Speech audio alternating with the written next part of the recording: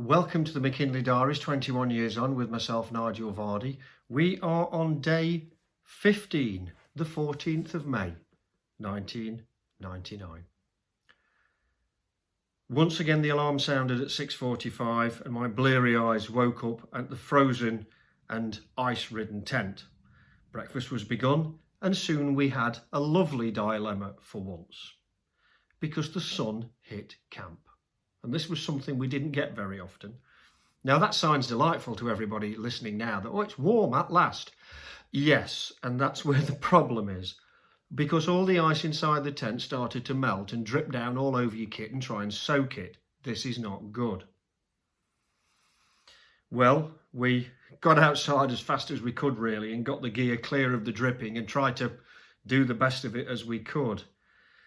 And we got our gear together, had our breakfast and headed down to the last cache, and we could see the Americans slowly coming up in the distance a long way below. Anyway, we stripped the cache, got everything we needed and started to get ready to come back to camp, and then Tony decided he'd had enough. Now, we can all have bad days and we all do have them, and he'd been bottling up some concerns, worries, disgruntlements, and he hadn't said anything, and at this moment he decided to. He was unhappy with a few things about how we ran the camp, how clean or not we'd been, route planning, etc. And in the best way that we can, we're three friends, and so we deal with it, and we talked and we decided what needed to change, what needed to be looked at. All shook hands and continued. You can't just throw yourself out in a place like this or say, I'm going home, unless, of course, you have got medical issues or whatever else. And it's a lesson to be learned, really, in the fact that we all need to talk. And I don't just mean the modern world of, well, we communicate in inverted commas. No, talk, understand, listen, watch. The world would be a better place for it. Anyway, as I say, we shook hands, packed up and started heading back to camp. The Americans were following our tracks way below, and as we were sat sorting out, they were confronted by quite an odd sight. Now, Tony's a bit of a comic, and he had hidden in his bag face masks of Desperate Dan, The Mask and Chewbacca. And as the Americans approached us, they were confronted by these three characters. Well, you know, the strangest things can happen on mountains. We all need a laugh now and again. Anyway, the moment had come and gone. The laughter had been done. However, we had to get up this mountain.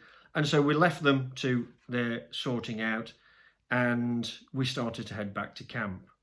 Only a few yards short of camp, Steve fell over and me with him, snow flying everywhere, kit going everywhere and probably a lot of profanities.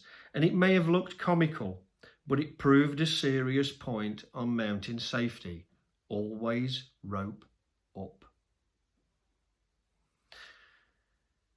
The next few hours afterwards were pretty tough. We tried to get on the ridge proper, and after 3 hours of horrid, rotten ice climbing and trying to manhandle huge bags on crumbling rock, we had a hell of an afternoon. I made a complete balls of it, it says here.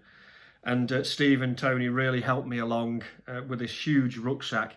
And by now we'd got sledges on the back. We'd used those sledges to pull in initially, but we didn't want to leave them. So we put them on our rucksacks, and of course they become trapped in the wind, they get in the way, but we weren't going to abandon them.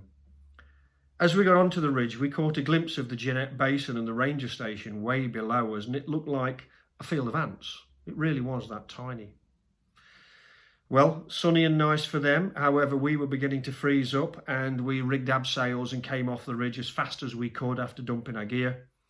And it was freezing. It was bitter. It was horrible. It was windy. It was bleh.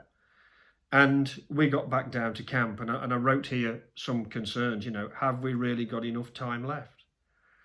Is it going to be something that we can do? Have I got the skills to do it? The sun was down and we had a very quick brew, got into our sleeping bags, trying to defrost ourselves after a very hard and at times unsuccessful day.